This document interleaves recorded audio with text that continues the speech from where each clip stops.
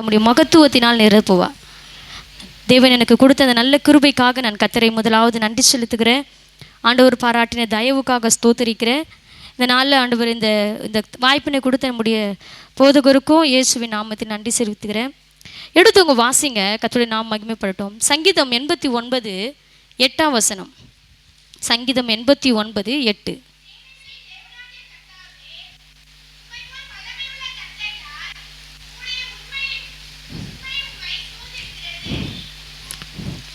உம்மை போல் வல்லமையுள்ள கர்த்தர் யார்? இது எங்கன்னா கேட்டிருக்கீங்களா? எங்கன்னா கேட்டேன்னு சொல்கிறவங்க மட்டும் கை தூக்கி காட்டுங்க. பைபிளில் கேட்டேன்னு சொல்லாதீங்க, அது இப்போ படிச்சிங்க. சொல்லுங்க, சொல்லுங்க, சத்தமாக சொல்லுங்க. இப்போ எவ்வளோ பேர் உண்மையாக இருக்கிறீங்க?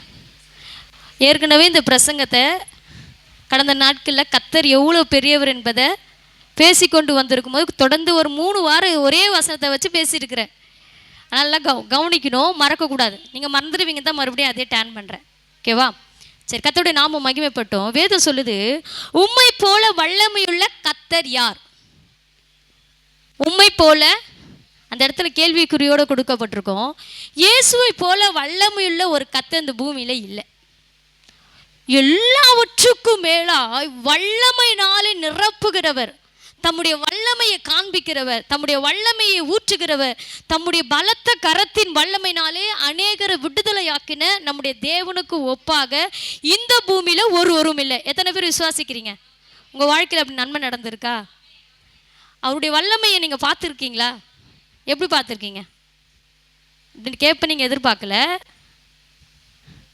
அவருடைய வல்லமையை நீங்கள் எப்படி பார்த்துருப்பீங்க? இப்போ பார்க்க போறீங்க அவருடைய வல்லமையை. ஆண்டவர் பலத்த கையினாலும் ஓங்கிய கரத்தினாலும் இஸ்ரவேல் ஜனங்களை எகிப்திலிருந்து கொண்டு வந்தது உங்களுக்கு தெரியும். ஆமாம் தானே? அது தெரியும். எப்படிலாம் அங்கே அற்புதம் செஞ்சார், எப்படிலாம் அங்கே பெரிய மாற்றத்தை ஏற்படுத்தினார், எப்படிலாம் தேவன் தம்முடைய ஜனங்களை விடுவித்ததுக்கு என்னென்னலாம் பண்ணார். இதுவரையிலும் வரை எந்த தெய்வமும் செய்யாததை இயேசு செய்து விடுவித்து கொண்டு வந்தார்.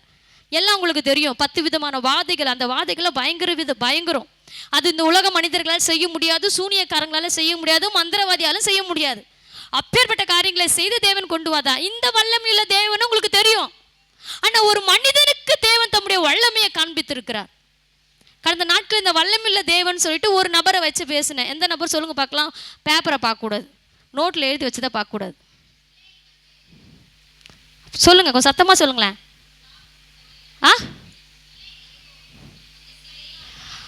அவருடைய வல்லமையை தாகோன் சிலைகள் கூட நிற்க முடியல தேவனுடைய வல்லமைக்கு முன்பதாய்.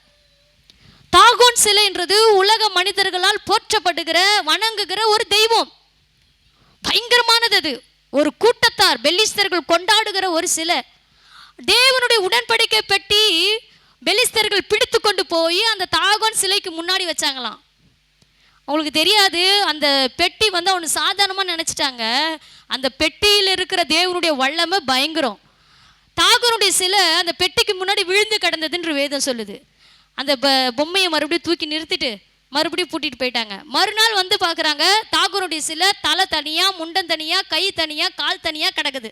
இதெல்லாம் யாரா செஞ்சது? இந்த பெட்டினோட அவ்வளோ வல்லமை இல்லதா? அப்போ அந்த தெய்வம் பெரியவரா? அவருடைய வல்லமை பெரியதா? அந்த ஜனங்க பயந்து அந்த பெட்டியை கொண்டு போய் எங்கே வைக்கணுமோ அங்கே வச்சிருச்சு. போன இடத்துக்கு போயிடுச்சு. இப்போ அந்த சப்ஜெக்ட் பேச வரல. கர்த்தருடைய வல்லமையை ஜனங்கள் பார்த்தாங்க. ஆனால் கர்த்தருடைய வல்லமையை ஒரு மனிதன் பார்த்ததாக இன்னைக்கு கர்த்தருடைய ஆவியானவங்களோட பேசுவார். நம்ம நினைக்கிறோம் ஆண்டுடைய வல்லமையை பார்வோனுக்கு ஆண்டவர் காண்பித்தார். ஆண்டுடைய வல்லமையை இப்போ சொன்ன மாதிரி பெலிஸ்தர் ஜனங்களுக்கு கர்த்தர் காண்பித்தா. ஆனால் தீங்கு செய்யும்படி நினைத்த ஒரு மனிதனுக்கு தேவனுடைய வல்லமையை தேவன் காண்பித்தார். வேதம் சொல்லுது, தீங்கு செய்யும்படி ஒருவனும் நம்ம மேலே என்ன பண்ணதில்லை, கை போடுவதில்லை. அதுக்கு நம்மளை தேவன் ஒப்பு கொடுக்கவே மாட்டார். ஒருவனும் தீங்கு செய்யும்படி தேவன் நம்மை ஒரு மனிதனிடத்துல விட்டு கொடுக்கவே மாட்டார். அந்த தெய்வத்தை தாங்க நம்ம ஆராதிக்கிறோம். அவருடைய வல்லமை எவ்வளோ பெரியது தெரியுமா? அவருடைய மகிமை எவ்வளோ பெரியது தெரியுமா? அது வேதம் சொல்லுகிறது. யாக்கோப் என்ற தேவ மனிதன் ஒருவர் இருந்தார். எத்தனை பேர் தெரியும் யாக்கோபுவை? ஈசாக்குடைய பையன் யாக்கோப். 2 பிள்ளைங்க இருந்தாங்களா? 2 பிள்ளைங்க தெரியும். எல்லாருக்கும் தெரியும் இந்த சம்பவம். தெரியலன்னா என்கிட்ட சொல்லுங்க. இந்த அப்புறம் எனக்கு தெரியலன்னா கட்டாயமாக உங்களுக்கு சொல்லிக் கொடுப்பாத்துக்கு தான் நாங்கள் இருக்கிறோமே. தெரிந்து கொள்வது நல்லது, அதன்படி வாழ்வது அதை விட நல்லது. வேதம் சொல்லுது, கேட்குறவங்களா மாத்திரம் இல்லை, அதை நம்ம வாழ்க்கையில் நடத்தினா தான் ஆசீர்வாதம். வார்த்தையை இப்போ நீங்கள் கேட்டுட்டு போயிட்டீங்கன்னா அதனால் உங்களுக்கு எந்த பிரயோஜனமும் கிடையாதுங்க. நான் பல வாட்டி இந்த தேவ சமூகத்தில் வந்து நின்று உங்களுக்கு சொல்லும் போதெல்லாம் சொல்லுவேன், வார்த்தையை கேட்டு போயிட்டீங்கன்னா ஒன்றும் பிரயோஜனம் இல்லை. இந்த வார்த்தையை கேட்டு அதை அப்படியே நீங்கள் உங்கள் வாழ்க்கையில் நிறைவேற்றுறதுக்கு பழகிட்டீங்கன்னா அப்படியே உங்கள் வாழ்க்கையில் அந்த வசனம் கிரியை செய்கிறத உங்கள் கண்களால் பார்க்க முடியும். நிஜமாக சொல்லுகிறேன். வேதம் சொல்லுகிறது, அவர் நல்லவர்களுக்கு நல்லவராயும் புனிதருக்கு புனிதராயும் மாறுபாடு உள்ளவருக்கு மாறுபாடு உள்ளவர்களாய் தோன்றுவார் தேவன். ஒருவேளை உங்களுக்கு நன்மை செய்கிறவங்களா இருந்தா உங்களுக்கு நல்லவரா இருப்பார் ஆண்டவர். ஒருவேளை உங்களுக்கு தீமை செய்கிறவங்களா இருந்தா ஆண்டவர் அவங்களுக்கு தீமை செய்கிறவரா தான் விளங்குவாரு. ஏன் தெரியுமா? அவர் நம் மீது வைத்த அன்பு பெரியது. உலகம் கொடுக்கிற ஒரு அன்பில் தேவன் நம்மளை நடத்தல. அவருடைய அன்பு வித்தியாசமானது. இந்த யாக்கோபுக்கு தேவன் நல்லா கவனிங்க, ஒரு பெரிய வல்லமையை காண்பித்தார். எப்படி காண்பித்தார்னா, அவங்க மாமனார் லாபான் யாக்கோபுக்கு தீங்கு செய்யும்படி ஒரு சில சூழ்ச்சிகளை செய்தார். இதை நீங்கள் வீட்டில் போய் வச்சு வச்சு ஜெபம் பண்ணுங்க. நிச்சயம் உங்களை வாழ்க்கையில் அற்புதத்தை பார்ப்பீங்க. நிச்சயமாக அற்புதத்தை பார்ப்பீங்க. இந்த யாக்கோபு தன்னுடைய மாமனார் வீட்டில் வந்து சேர்ந்த பிறகு அப்பாவுடைய ஆசீர்வாதத்தை திருட்டளவாக வாங்கிட்டு அங்கிருந்து வரும்போது ஒரு நிறைய பணத்தோடு தான் வந்தார். பாதி வயலில் திருடர்கள் கையில் ஒப்பு கொடுத்தாச்சு. இப்போ ஒரு வெறும் கையும் கோலுமாக எங்கே கடக்கிறாரு? யோர்தானே கடந்துட்டார். இப்போ வந்து சேர்றாரு எங்க? நாகோர். எங்கே வந்து சேர்றாருன்னா நம்முடைய லாபானுடைய வீட்டுக்கு வந்து சேர்றாரு. லாபான் நினைக்கிறார், நீ வெறும் கையில் வந்திருக்கிறியே, எதுக்குப்பா வந்திருக்கிறேன்னு கேட்கும் போது அவர் சொல்கிறாரு, உங்களுக்கு நான் ஷார்ட்டாக சொல்லி முடிச்சிடுறேன். உங்கள் பிள்ளைங்களில் ஒரு பிள்ளைய திருமணம் பண்ணும்படி எங்கள் அப்பா சொல்லியிருந்தாரு. நீ கானான் தேசத்தில் இருக்கிற பிள்ளைங்களை திருமணம் பண்ணக்கூடாது. உங்கள் அண்ணனை மாரி நீ வழி தப்பி போயிடாத. நீ எங்கே போகிறன்னா லாபானுடைய வீட்டுக்கு போ, பெத்துவேலுடைய வீட்டுக்கு போ. உங்கள் அம்மாவுடைய அண்ணன் தம்பிக்கு குடும்பம் அது. அங்கே போய் நீ திருமணம் பண்ணுன்னு சொன்னாராம். அப்போது யாக்கோபு இந்த வார்த்தையை தன்னுடைய மாமனார் கிட்ட சொல்லும் பொழுதையோ மாமா கிட்ட சொல்லும் பொழுதையோ, சரி வாப்பா, நான் உன்னை சும்மா வச்சிருக்க முடியாது, என்னுடைய ஆடு மாடுகளை நீ மேய், இந்த ஆடு மாடுகளுக்கு வேலை செய்யி, எல்லாம் நீ நான் உனக்கு சம்பளம் கொடுக்குறேன்னு சொல்லிட்டு சொன்னார். அப்போ உனக்கு என்ன வேணும்னா உன்னுடைய மகளில் சின்ன மகளை திருமணம் பண்ணி கொடுங்க எனக்கு, அது போதும், நான் உங்களுக்கு 7 வருஷம் உழைக்கிறேன். 7 வருஷம் உழைச்சாரு. எந்த மகளுக்காக? சின்ன மகளுக்காக. ஆனால் அவங்க மாமா என்ன பண்ணார்னா திருமண நாள் அன்னைக்கு பெரிய மகளை கொடுத்துட்டார். அது எப்படி கண்ணு தெரியாம கல்யாணம் பண்ணிட்டு இருப்பார் அவரு? நல்லா கவனிங்க. இஸ்ரவேலில் ஒரு பெரிய வழக்கம் இருக்குது. இன்னைக்கு முஸ்லீம்கள் எப்படி பொண்ணை பார்க்காமே கல்யாணம் பண்ணுறாங்களோ அது போல் இஸ்ரவேலில் பார்க்கக்கூடாது, மூடிடுவாங்க முழுசாக மூஞ்சி முகத்தெல்லாம். பொண்ணு யாருன்னு நமக்கு தெரியாது, அப்படி தான் திருமணம் பண்ணுவாங்க. அது வழக்கமா இஸ்ரவேலில் வழக்கம். நல்லா கவனிங்க. அப்போ ராகேலா லேயாலாம் தெரியாமே யாக்கோபு திருமணம் பண்ணிட்டாரு. மறுநாள் காலையில் தான் அவருக்கு தெரிஞ்சோ, ஐயோ இது லேயாலாச்சே, எங்கள் மாமா இப்படி துரோகம் பண்ணிட்டியே, எங்கள் மாமனார் நீங்கள் எனக்கு துரோகம் பண்ணிட்டீங்களா, நான் உங்கள் சின்ன மகளுக்காக தானே 7 வருஷம் வேலை செஞ்சேன். சும்மாவா? 1 வருஷம் 2 வருஷம்னா கூட பரவாயில்ல, 7 வருஷம் வேலை செஞ்சு கிடைக்க வேண்டியது கிடைக்காம போனால் எப்படி இருக்கும்? நீங்கள் கூட ஒரு இடத்துல வேலை செய்கிறீங்க, சம்பளம் உங்களுக்கு சொல்கிறாங்க, இத்தனை ரூபாய் சம்பளம்னு சொல்கிறாங்க. கொடுக்கும்போது குறைவாக கொடுத்தா உங்களுடைய இருதயம் எப்படி இருக்கும்? திட்டிக்கினே இருப்பீங்க, பாவி சாவலேவன் அநியாயம் பண்ணிட்டானே, இப்படி குறைவாக கொடுத்துட்டானே, இவ்வளோ நாள் நான் உழைச்சேனே, இவ்வளோ நாள் நான் சம்பாதிக்கிறதுக்கு ஓடி ஓடி உனக்காக உழைச்சேனே, இரவும் பகலும் உழைச்சேனே, இப்படி பண்ணிட்டானே.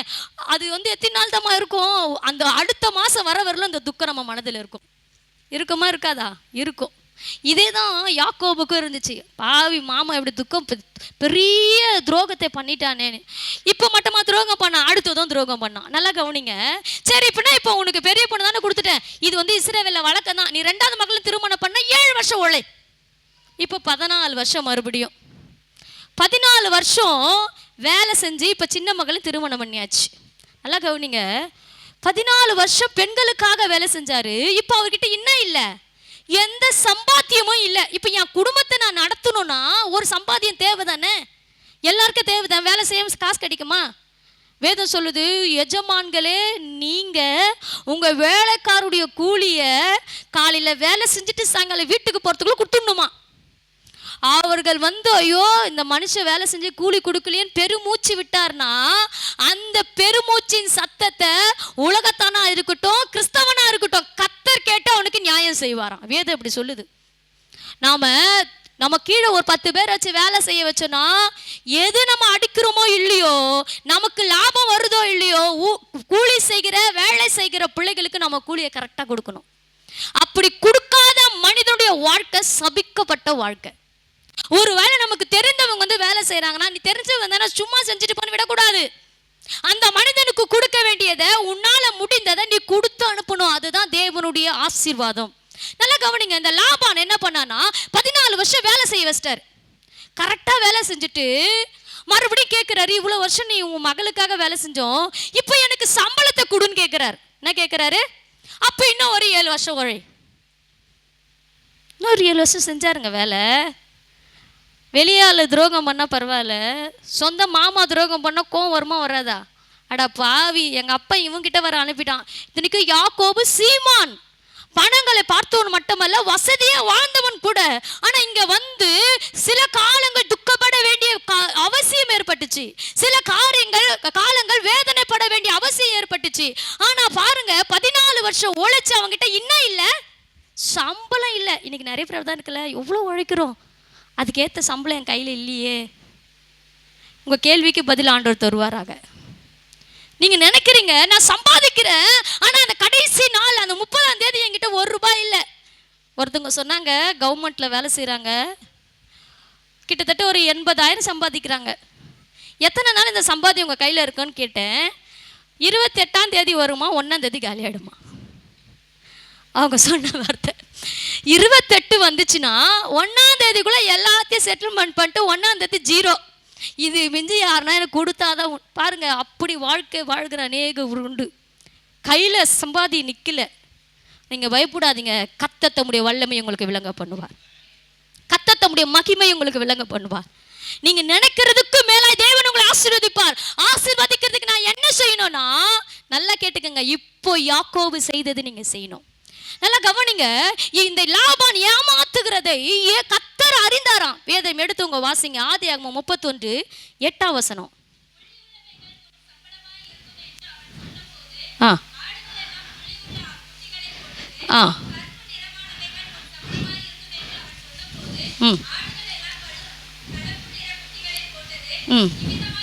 அதுக்கு மேல 7 படிமா. உங்கள் தகப்பனோ என்னை வஞ்சித்து என் சம்பளத்தை 10 முறை மாற்றினார். நல்ல கவனிங்க. உன் தகப்ப யார்கிட்ட சொல்றாருன்னா, யாக்கோபு தன் மனைவி கிட்ட சொல்றாரு, உங்கள் தகப்பன் என்னை வஞ்சித்து இந்த 21 வருஷம் 14 வருஷம் உங்களுக்காக உழைச்ச, மீதி உள்ள நாட்கள் எனக்கு சம்பளம் தரேன்னு சொன்னாரு. சம்பளம் கொடுக்குறேன்னு சொல்லிட்டு என்னங்க சம்பளம் அப்படின்னு அவர் கேட்கும் போது சொன்னாராம், இனிமேல் வந்து புள்ளி உள்ளது பிறந்துச்சுன்னா, ஆடுகுட்டியில் அதுதான் சம்பளம், ஆட்டுக்குட்டியில் புள்ளி உள்ளதெல்லாம் பிறந்துச்சுன்னா நீ எடுத்துக்கோ. புரியுதா? புரியலையா? புரியலன்னா ரிட்டன் என்ன கேட்கணும், அப்போதான் உங்களுக்கு இந்த ஆசீர்வாதம் கிடைக்கும். அப்போ யாக்கோபு சொல்றாரு, ஏன்னா லாபானுக்கு நல்லா தெரியும், ஆட்டுக்குட்டிங்க இஸ்ரவேல் தேசத்துல புள்ளி உள்ளது பிறக்காது. நல்லா கவனிச்சுக்குங்க. ஏன்னா அவன் அதிகமாக ஆடு மேய்த்த ஒரு மனிதன். கலப்பு நிறம் உள்ளது செம்மறி ஆடு போல இருக்கு பார்த்தீங்களா, அது போலதான் பிறக்கும். ஆனா இந்த லாபானுக்கு தெரியும், புள்ளி உள்ளது எங்கடா பிறக்க போகுது, நீ அதெல்லாம் உன்னுடைய ஆசீர்வாதமா எடுத்துக்கோ, உன்னுடைய சம்பளமா எடுத்துக்கோ இப்படின்னு சொல்லி வஞ்சனையா தன்னுடைய மருமகன் கிட்ட சொல்றாரு. ஆண்டவர் சும்மா இருந்தார் நினைக்கிறீங்க? சும்மா இருப்பாருன்னு நினைக்கிறீங்க? ஒருவன் உங்களை ஏமாற்ற, உங்களை தீங்கு செய்ய நினைக்கும் போது கர்த்தர் தம்முடைய வல்லமை அங்க விளங்க பண்ணுவார். என்ன பண்ணார் தெரியுமா ஆண்டவர்? அதுக்கப்புறம் பிறக்கிறதெல்லாம் புள்ளி உள்ளதே பிறந்துச்சு. இப்போ லாபானுக்கு டென்ஷன் ஆயிடுச்சு. அது பின்ன பிறக்காதது எப்படி பிறக்கும்? பிறந்துச்சு. இப்ப நிறைய குட்டி போட்டுக்கினே இருக்கு, எல்லாம் புள்ளி உள்ளதா போயிருது. எப்படிப்பா இது அதிசயம்? எப்படி இது நாட்டுக்கு இது எப்படி நடக்குது? இது நடக்காதது ஆனா நடக்குதே. அதான் இப்ப லாபான் பாக்குறாரு, இது எப்படி நடந்துச்சு சொல்ற. லாபானுக்கு கோவம் வந்துச்சு. இப்ப நேரா கிட்ட போயிட்டு மறுபடியும் தன்னுடைய மருமகனை கூப்பிட்டு சொல்றாரு, இனிமேல் உனக்கு புள்ளி உள்ளதெல்லாம் கிடையாது, இனிமேல் வரி உள்ளது பிறந்தாதான் உனக்கு சம்பளம்ன்றாரு. விட்டாரு ஆண்டவர். பா நீ சொன்னது அப்படியே உனக்கு நடக்கும்பா. அடுத்தது எல்லாம் குட்டி போடுறதெல்லாம் வரி உள்ளதே பிறக்குது. இந்த வசனத்தை தான் நீங்க 8ஆம் வசனம் நான் படிக்கிறேன் கேளுங்க. புள்ளியுள்ளவைகள் உன் சம்பளமா இருக்கும் என்று அவர் சொன்னபோது ஆடுகள் எல்லாம் புள்ளியுள்ள குட்டிகளை போட்டது. இது யாக்கோபு செய்ய முடியாது, இது யாக்கோபின் தேவனுடைய வல்லமை செய்தது. ஒரு மனிதன் நமக்கு தீங்கு செய்ய நினைக்கும் போது, ஒரு மனிதன் நமக்கு எதிர்த்து நிற்க நினைக்கும் போது, ஒரு மனிதன் நம்மோடு கூட போராட நினைக்கும் போது கர்த்தர் சும்மா இருப்பார் என்று மட்டும் நினைக்காத. நமக்கு செய்கிற தீமைக்கு பதிலாக அவர் நன்மையே செய்வாரு. எந்த மனிதன் தீங்கு செய்ய நினைக்கிறான் அவனுடைய வாய் பிறப்பிலே அற்புதம் செய்வார். அல்லேலூயா. அவனுடைய வாய் பிறப்பில தேவன் அற்புதம் செய்வார். வேதம் சொல்லுது பாருங்க, புள்ளியில குட்டிகளை போட்டது. அடுத்து அவர் சொல்றாரு, கலப்பு நிறம் உள்ளவைகள் உன் சம்பளமா இருக்கும். 2வது மாத்திட்டாரு. இப்போ ஆண்டவர் சும்மா இல்லை, கலப்பு நிறம் உள்ளதாவே குட்டி போட்டுச்சு. இப்போ லாபானுக்கு இன்னும் எரிச்சலாயிடுச்சு. இனிமேல் மூணாவது ஒன்று மாற்றலாம். என்ன மாத்தினார் கேட்டுங்க. ஆடுகள் எல்லாம் சொன்னபோது ஆடுகள் எல்லாம் கலப்பு நிற குட்டிகளை போட்டது. இவ்விதமாய் தேவன் உங்கள் தகப்பனுடைய ஆடுகளை எடுத்து எனக்கு தந்தார் என்று யாருக்கிட்ட சொல்றாங்க? யாக்கோபு தன்னுடைய மனைவி கிட்ட சொல்றாரு. நல்லா கவனிங்க. ஒவ்வொரு சீசனுக்கும் இவர் தம்முடைய சம்பளத்தை மாத்திக்கிட்டே போறாரு. ஏன்னா காசு கிடையாது சம்பளமாய் கொடுக்கறதுக்கு. அந்த நாள்ல ஆடுகளை தான் கொடுக்கணும். ஆனா ஆடுகள் இப்படிப்பட்ட குட்டிகள் போடாதுன்னு அவருக்கு நல்ல மைண்ட் செட்டு. அவர் என்ன பண்ணானா, இந்த ஆடு குட்டி போடும் போதோ, இந்த வரிகள் உள்ள குட்டி வரும்போது நீ எடுத்துக்கோ, இந்த புள்ளி உள்ள குட்டி வரும்போது நீ எடுத்துக்கோ, இந்த கலப்பு நிற குட்டி வரும்போது நீ எடுத்துக்கோ. ஒவ்வொரு நிமிஷம் மாத்திக்கிட்டே போறாரு. ஆனா நான் ஆராதிக்கிற தேவன், யாக்கோபின் தேவன் வல்லவர் என்ன பண்ணா தெரியுமா? நீ எத்தனை வார்த்தைகள் சொன்னாலும் அப்படிதான் குட்டி போடும். அவருடைய வல்லமையை தம்முடைய மனிதருக்கு காண்பிக்க வல்லவராய் இருந்தார். நீ என்ன வேணா பண்ணு, ஆனா கர்த்தர் கைவிட மாட்டா. நீங்க ஜெபம் பண்ண, ஆண்டவரே அந்தந்த காலகட்டத்தில் அந்தந்த குட்டி போட வச்ச ஆண்டவர் அந்தந்த காலகட்டத்தில் நான் ஆசீர்வதிங்க ஆண்டவரேன்னு கேட்கணும். கடந்த நாட்களையும் இப்படி சொல்லி நான் ஜெபம் பண்ணேன். ஒரு நாளில் இந்த வார்த்தையை சொல்லி அழுது தேவ சமூகத்தை ஜெபித்தேன். இந்த வார்த்தையை நான் படிக்கும் போதோ, ஆண்டவரே இந்த வார்த்தை இப்படி சொல்லுது, இப்படி ஆசீர்வதிங்க ஆண்டவரே என்னையும். உண்மையாக ஆசீர்வதித்தாருங்க, ஆசீர்வதித்தார். என் தேவைகள் பெரிதாக இருக்கும் போது கத்திரவைகளை அற்புதமாய் சந்தித்த இந்த வேத வசனத்தை வச்சு ஜெபிக்கும் போதையோ யாருக்கிட்டே போய் கேட்க மாட்டேன், ஏசப்பா இந்த காரியத்தை நீங்கள் அற்புதம் செய்யணும் அப்படின்னு சொல்லி ஜெபிச்சேன். இந்த வசனத்தை சொல்லி ஜெபிச்சேன். நீங்க அப்படியா நீங்க யாக்கோபுக்கு செய்திருக்கிறீங்களே, அந்த தன்னுடைய மாமன் தீங்கு செய்ய நினைக்கும் போதும் நீங்க தம்முடைய பிள்ளைக்கு நன்மை செய்தீங்களே, அந்தந்த காலகட்டத்தில் அந்தந்த ஆடுகளை குட்டி போட வச்சு இது யாரால முடியும்? மேய்த்த யாக்கோபால முடியாது, அதை நடத்தி வந்த யாக்கோபால முடியாது. ஆனா நம்முடைய ஆண்டவரால அந்தந்த காலகட்டத்தில் நமக்கு விரோதமா நினைக்கிறவங்க மத்தியில கர்த்தர் செய்து முடிப்பார். செய்து முடித்திருக்கிறாருங்க. அற்புதங்களை செய்கிற தேவனுடைய வல்லமை நம்ம கூட இருக்குது. அவர் சாதாரண தெய்வம் இல்லை. நம்முடைய மனிதர்கள் நம்ம கூட பழகிறவங்க என்ன நினைச்சாலும் அதுக்கு அப்படியே ஆப்போசிட்டா நம்மளை ஆசீர்வதிக்கிற தேவன், ஆப்போசிட்டா நடத்துகிற தேவன். அதான் சொல்லுது பாரு, தூதன் சொல்றாரு, யாக்கோபே உங்க மாமா உனக்கு செய்யற தீங்கெல்லாம் நான் பார்த்துட்டு தான் இருக்கிறேன், நீ ஒன்னே பயப்படாத. நிறைய பேர் நமக்கு விரோதமா தீங்கு செய்யறாங்களே, ஐயோ இவங்க இப்படி இருக்கிறாங்களே, ஐயோ இவங்க அப்படி பண்றாங்களே, என்னால எழும்பி வர முடியலையே, என் வீட்டு நிலத்துல தள்ளி தள்ளி வந்துட்டாங்களே, என்னால என்ன பண்ண முடியும்? கவலைப்படாத, கர்த்தர் காயுத்தம் பண்ணுவார். நினைக்கிறதுலாம் கர்த்தராகிய தேவனை ஆராதிக்கிறனுடைய வாழ்க்கையில நீங்க எந்த நிலைமையில நின்று ஜெபிக்கிறீங்களோ அந்த நிலைமையில ஆடுகளையும் குட்டிகளையும் பறக்க வைத்த ஆண்டவர் உன் தேவையும் சந்திக்க வல்லவரா இருக்கிறார். அவர் வல்லமையுள்ள தேவன், ஒரு வல்லமுள்ள தேவன். இந்த பணம் எனக்கு வருமா, இந்த காரியம் எனக்கு நடக்குமா, இந்த காரியத்தில் எனக்கு ஜெயம் கிடைக்குமா, நீ யாரையும் பயப்படாத. இந்த வசனத்தை வைத்து தேவசமத்தில் ஜெபம் பண்ண, ஆண்டவரே நீர் இப்பேற்பட்ட நன்மையை வல்லமையும் காண்பிக்க முடியுமானா என் வாழ்க்கையிலையும் நீங்க அற்புதம் செய்ய வல்லவரா இருக்கிறீங்கன்னு கேளுங்க, கர்த்தர் உங்களுக்கு அற்புதங்களை செய்வா. இது மாத்திரமல்ல, இந்த யாக்கோபு சொல்றாரு பாருங்க, கலப்பு நிறம் உள்ளது. அந்தந்த நேரத்துக்கு அப்படி பிறக்கிறது ரொம்ப கஷ்டம் தான். ஆனா ஆண்டுடைய வல்லமை எவ்வளவு பெரிது பாருங்களேன். கலப்பு நிறம் அவங்க மாமா சொல்லிட்டு போயிட்டாலுமே கலப்பு நிறம்லாம் உனக்கு தான்ப்பா. ஆனால் தன்னுடைய மாமாவுடைய ஆட்டுக்குட்டிகளுடைய மந்தையை பார்க்கிலும் யாக்கோபுடைய மந்தை பெருகுச்சான்.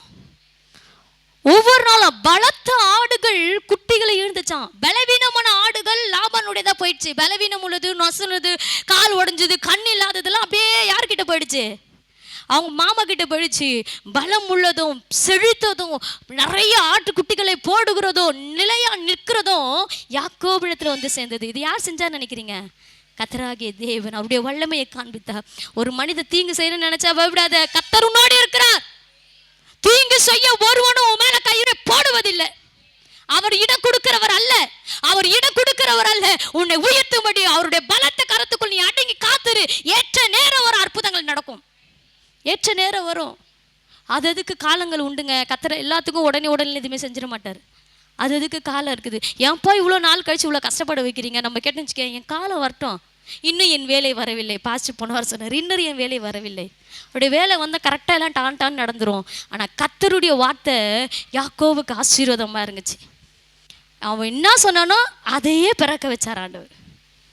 அவனுக்கு எவ்வளோ கோவம் வந்திருக்கும் பாருங்களேன். எதிராளிங்களுக்கு நம்ம ஆசீர்வாதமாக இருக்கிறது பிடிக்காது. அப்போ அவனுக்கு எவ்வளோ டென்ஷன் வந்திருக்கும் பாருங்க. ஆனால் பாவி இது எப்படி நடக்குதுன்னு அவனுக்கு ஒரு குழப்பம் வந்திருக்கும் மனசில். அப்போ அவன் நினச்சிருப்பான், யாக்கோபின் தேவன் பெரியவர் தான், நம்ம தான் ஒன்றும் இல்லை, மறுபடியும் யாக்கோபு லாபான் இந்த யாக்கோபு எல்லாத்தையும் எடுத்துக்கிட்டு இனிமேல் உங்கள் அப்பா கிட்ட இருந்தால் நம்மளை போண்டி ஆக்கிடுவான், வீட்டு போயிடலான்னு சொல்லிட்டு கிளம்பி எல்லாம் வரும்போதையும் கிட்டத்தட்ட 3 நாள் பிரயாணமாக திரும்பி பின்னாடியே வரான். யாக்கோபை பிடிச்சின்னு போகிறதுக்கு ஆண்டவர் சொன்னார், இனிமேல் என் பையன்கிட்ட போயிட்டு என் மகன்கிட்ட போயிட்டு தீங்கு நீ பேசின, நீ அவ்வளோதான், போனால் சந்தோஷமாக பேசிட்டு வீடு திரும்பிட்டார். ஆண்டவருடைய வல்லமை எவ்வளோ பெரிது பாருங்க. அந்த வசனத்தில் இப்போ எடுத்து சொன்னால் எனக்கு டைம் பத்தாது, உங்கள் பாஸ்டர் எனக்கு கொடுத்துருக்குற டைம் கொஞ்சம். அதோடைய நாம் மகிமைப்பட்டோம். ஒருவனும் அவருடைய வல்லமையை பார்க்க தேவன் நம்மோடு இருக்கிறார் என்பதை அறிந்து கொள்ளுகிறவர். நல்லா கவனிங்க, உங்களோட யார் இருக்கிறா? தீங்கு செய்கிற நினைவுக்கு முன்னாடி யார் நடத்துவா? வல்லமையில் தேவன் நடத்துவார். சொல்லுங்க, ஆண்டவரே, ஒரு ஆட்டுக்குட்டிக்கே இவ்வளோ வல்லமை நீங்கள் காமிப்பீங்கன்னா எங்களுக்கும் நீர் அற்புதம் செய்ய வல்லவர், எங்களுக்கு தேவையானதை செய்ய நீர் வல்லவர், எங்களை ஆசீர்வதிக்கிறவர் நீர் வல்லவர், நான் உண்மை நம்புகிறேன், நான் உண்மை விசுவாசிக்கிறேன், எனக்கு செய்து முடிங்க ஆண்டவரே சொல்லுங்க. கர்த்தர் உங்களை ஆசீர்வதித்து உயர்த்துவார். 2வது ஒரு நபரை குறித்து பார்ப்போம். அப்போஸ்தலர் 28 முதல் வசனத்தை வாசிங்களேன். அப்போஸ்தலர் 28 முதல். ம்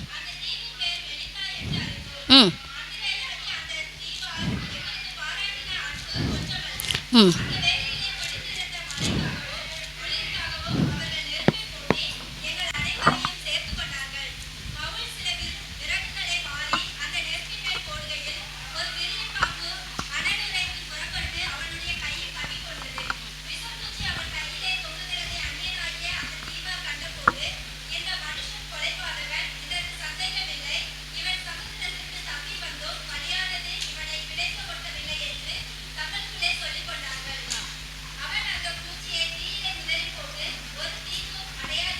அல்லேலூயா. இங்கே பவுலினுடைய ஒரு சம்பவம். பவுலை கைதியாக கொண்டு போகிறாங்க. எங்கே கொண்டு போகிறாங்க? வேற ஒரு தேசத்துக்கு கொண்டு போகிறாங்க. இவர்கள் கொண்டு போகும் பொழுதையோ ஒரு கப்பலில் கிட்டத்தட்ட 15-20 நாட்கள். இப்போ நமக்கு பஸ்ஸு வசதியெல்லாம் இருக்குது, போகிறோம் வரோம். அந்த நாட்களில் ஒரு நாள்லேருந்து ஒரு நாடுக்கு போகணுன்னா கப்பல் பிரயாணம் தான் அவங்களுக்கு அதிகம். குதிரையும் இருக்குது. கொஞ்சம் நம்மளுக்கு இப்போ நடுத்தர ஜனங்களுக்கெல்லாம் போகணுன்னா நம்ம எதை எடுத்துகிட்டு போவோம்? சாதாரண ஆட்டோவில், பஸ்ஸு. அது மாதிரி நம்ம அந்த நாட்களில் கப்பலாக இருந்துச்சு, படகு, கப்பல். ஆனால் கரெக்டாக அதில் போகணுன்னு வச்சுக்கிங்களேன், 1 மாதம் ஆகும். இன்றைக்கும் நீங்கள் அந்தமான் தீவுக்கு போனால் 3 நாள் கப்பலில் போகணும். அது மாதிரி தான். அப்போ பவுல் சிறையாக கொண்டு போகிறாங்க. போகிற வழியில் பயங்கரமான இடி, முழக்கம், மின்னல். இன்றைக்கி தானே நம்ம புயலுக்கெல்லாம் பேர் வச்சு பார்க்குறோம். வர்தா புயல் பைபிளில் முதல்ல பேர் வச்சுருக்காங்க. எடுத்துவங்க வாசிங்க. 27 சொல்லப்பட்டுக்குது பாருங்க. 14.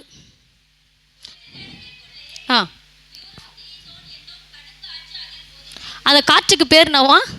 யூரோ கிளியத்தோன். அன்னைக்கே அந்த காற்றுக்கு பேர் வச்சிருக்கிறாங்க. இதை பார்த்து தான் இன்னைக்கு இருக்கிற விஞ்ஞானிகளாம் பேர் வைக்க கற்றுக்கிட்டாங்கன்னு நினைக்கிறேன். இந்த காற்றுக்கு இது பேர் மெல்லித்தா.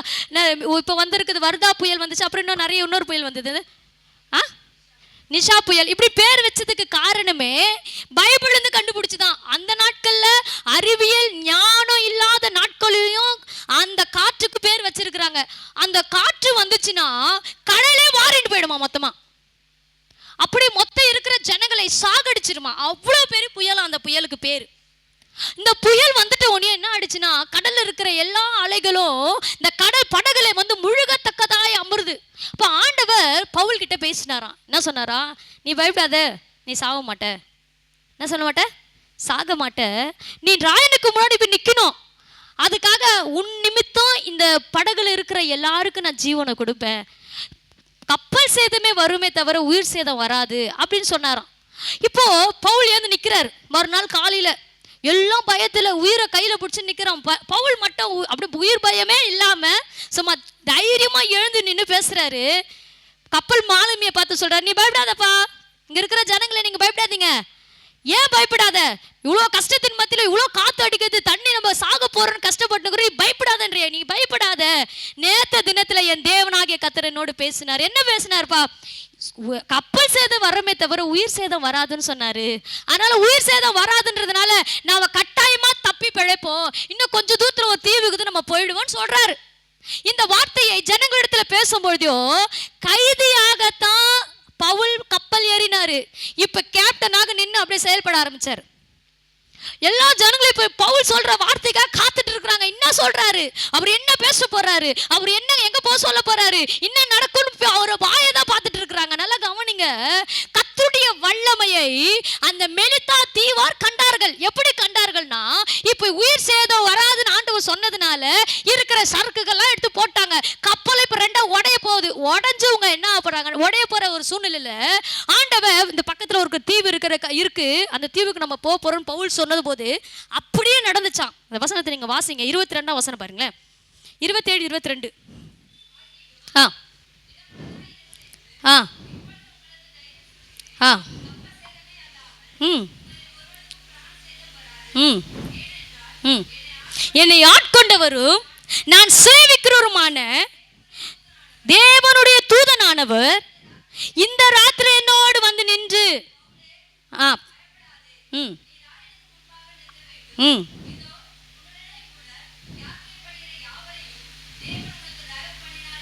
ம் ம் ம் நடக்கும்.